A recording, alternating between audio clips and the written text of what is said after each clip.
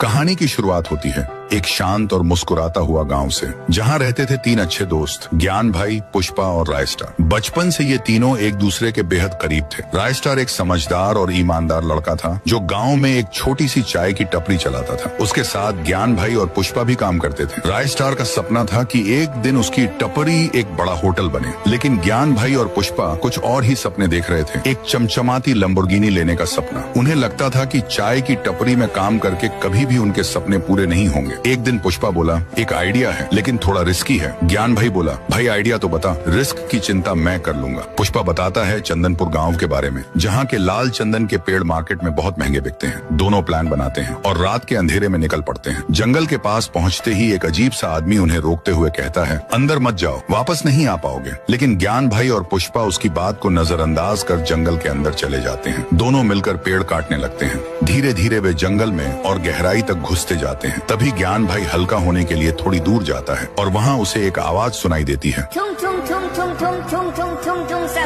ज्ञान भाई डर जाता है। अचानक एक डरावना आदमी उसके सामने आ जाता है, लंबा लकड़ा। उसकी आंखों में गुस्सा भरा होता है। लंबा लकड़ा कहता है, तुम लोगों ने मेरे पेड़ काटे, अब तुम्हारा भी यही अंजाम होगा। और वो वहीं ज्ञान भाई को मार देता है। पुष्पा जब उसे ढूंढने आता है तो ज्ञान की लाश देखकर घबरा जाता है। वो भागने लगता है, लेकिन तभी उसके पीछे भी लंबा लकड़ा आ जाता है। पुष्पा भी बच नहीं पाता। अगले दिन सुबह रायस्टार अकेला दुकान पर होता है। तभी एक पुलिस जीप आकर रुकती है। पुलिस वाला कहता है, चंदनपुर के पास 2 लाशें मिली हैं, क्या ये तुम्हारे दोस्त थे? रायस्टार सदमे में चला जाता है। जब वह चंदनपुर पहुंचता है और अपने दोस्तों की लाश देखता है तो टूट जाता है। तभी उसे वही अजीब आदमी मिलता है जिसने रात में ज्ञान और पुष्पा को रोका था। वो आदमी कहता है, मैंने मना किया था, मत जाओ, लंबा लकड़ा मार डालेगा, लेकिन उन्होंने मेरी बात नहीं मानी। रायस्टार समझ जाता है जंगल में कुछ है, कुछ बहुत खतरनाक। उस रात के 2 बजे रायस्टार अकेला उसी जंगल में जाता है। वहीं पेड़ के नीचे बैठ जाता है, शांत। तभी वही आवाज आती है, ठुंग ठुंग ठुंग ठुंग ठुंग ठुंग ठुंग ठुंग ठुंग सहूर।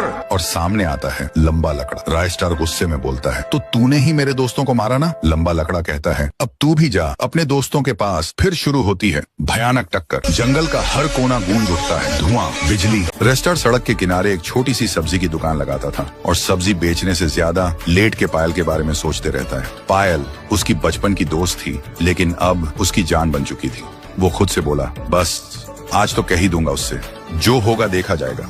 शाम को दोनों समुंदर के किनारे घूमने गए। ठंडी हवा चल रही थी, लेकिन रायस्टार के दिल में तो तूफान था। उसने आंखों में आंखें डाल के कहा, पायल, शायद पहले कभी प्यार नहीं बोला, लेकिन मैं तुझ में अपना फ्यूचर देख चुका हूँ। पायल मुस्कुराई और बोली, तो फिर लेट किस बात की? मम्मी पापा से मिलने कब आएगा? रायस्टार की दुनिया ही रोशन हो गई और दोनों घर लौटने लगे। सब कुछ परफेक्ट लग रहा था, लेकिन किस्मत को कुछ और ही मंजूर था। थोड़ा आगे जाने के बाद सामने से एक तेज रफ्तार गाड़ी आई और जोर से टक्कर। सब कुछ एक पल में खत्म हो गया। कुछ देर बाद रायस्टार की आंख खुली। उसने देखा पायल जमीन पर बेहोश पड़ी थी, खून से लथपथ। रायस्टार घबरा के चीखा, पायल मेरी जान, उठना। लेकिन पायल बिल्कुल शांत थी।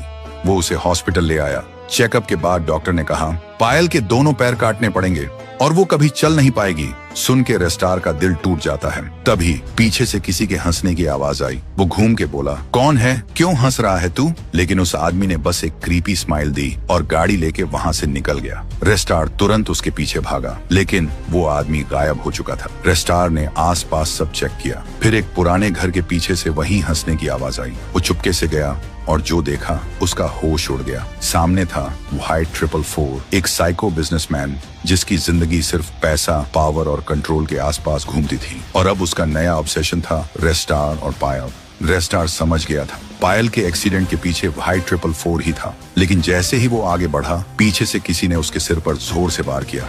सब कुछ अंधेरा हो गया। जब होश आया, रायस्टार ने अपने आप को एक पुरानी बंद फैक्ट्री के अंदर पाया, जंजीरों से बंधा हुआ। अब सवाल ये है, व्हाइट 444 ने पायल को मारने की कोशिश क्यों की? किसने रायस्टार के सिर पर वार किया? और रायस्टार वहां फैक्ट्री तक आया कैसे? अगर जानना चाहते हो तो कमेंट करो। पार्ट 2 चाहिए।